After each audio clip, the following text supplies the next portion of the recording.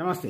Welcome to VS talks. Dear friends, జనవరి 26 republic day సందర్భంగా మనం ఢిల్లీలో ఒక శకట ప్రదర్శన అనేది చేస్తాం. ఎందుకంటే మనం విదేశాల నుంచి పిలుచుకొచ్చిన అతిథులకు మన కల్చర్ని, మన సాంప్రదాయాన్ని, మన యొక్క గొప్పతనాన్ని పరిచయం చేయడం అనేది ప్రతిసారి జరుగుతున్నది. దానికి ప్రతి రాష్ట్రం నుంచి ఒక శకటాన్ని అది వెళ్తుంది. దానికి వందనం స్వీకరిస్తూ ఆ పెరడ్ ఆ గ్రౌండ్లో అలా వెళ్తూ ఉంటే అక్కడ ఆ రాష్ట్రం యొక్క కల్చర్ ఏంది అనేది మనకు అర్థమవుతుంది. ఆ కల్చర్ను ప్రతిబింబించేలా ఆ శకటము ఉంటుందన్నమాట. ఫర్ ఎగ్జాంపుల్, ఇప్పుడు మనము ఆంధ్రప్రదేశ్ శకటాన్ని చూసుకున్నట్లయితే ఈ సంవత్సరము ఏటికొప్పాక బొమ్మల గురించి దాన్ని చేశారనమాట. అక్కడ విఘ్నేశుడు కానీ లేదా వెంకటేశ్వరు కానీ ఎంత అద్భుతంగా ఉన్నది, ఆ కల్చర్ ఎట్లా వచ్చింది, అక్కడ ఆ బొమ్మలను ఎందుకు అలా చేస్తున్నారు, వాటి యొక్క దాని యొక్క తాత్వికత ఏంటి, ఇవన్నీ కూడా ఉంటాయి. అలాగే ఇప్పుడు మనం పశ్చిమ బెంగాల్ చూసుకున్నట్టయితే దుర్గామాత విగ్రహము అవన్నీ అక్కడి కల్చర్ను చేస్తూ,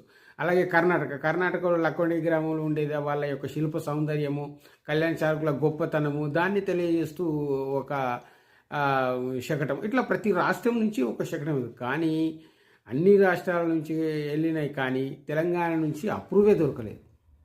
తెలంగాణలో కల్చర్కి ఏం లాస్ వచ్చింది, అసలు ఈ అధికారులు ఏం చేస్తున్నారు, వీళ్ళకు శ్రద్ధ ఉందా లేదా అనేది కూడా మనకు అర్థం కాదు. మనకు అక్కడ అప్రూవల్ వదలేదంటే తెలంగాణ రాష్ట్రం నుంచి ఒక రిప్రజెంటేషన్ లేదు అని అంటే మనకి ఎంత అవమానం అది. దీన్ని ఇలాంటివి చాలా సీరియస్గా తీసుకొని మన గొప్పతనం, మనకు హెరిటేజ్ మనకు లేని ఒక రామప్ప టెంపుల్ని చేసి పెట్టినట్టయితే ఈనాడు ప్రపంచ ప్రఖ్యాతిగాంచిన రామప్ప టెంపుల్ మనకు ఉండగా దాని యొక్క నమూనాను పంపినట్టయితే మనకి ఎంత గర్వంగా ఉండేది, ఎంతమంది దాని గురించి చర్చించుకునే వాళ్ళు తెలంగాణ గురించి. అలా తెలంగాణ గురించి అసలు రిప్రజెంటేషన్ లేకుండా మనం చేసినట్టు ఈ అధికారులు ఏం చేస్తున్నారు, ఇక్కడ క్రియేటివిటీ ఏమైంది?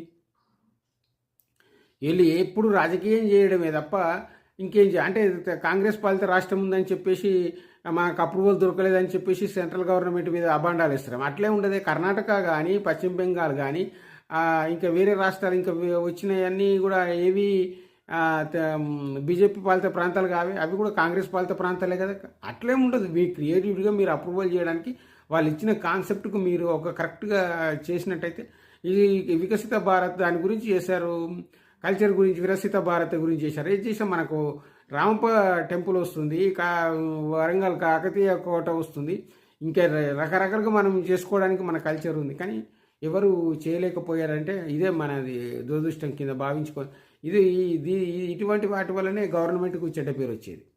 ఇప్పటికైనా తెలుసుకొని అవి వచ్చే సంవత్సరం వరకైనా మన యొక్క ఐడెంటిటీని, అస్తిత్వాన్ని గుర్తు చేసేటట్టుగా శకటం తయారు చేయాలి.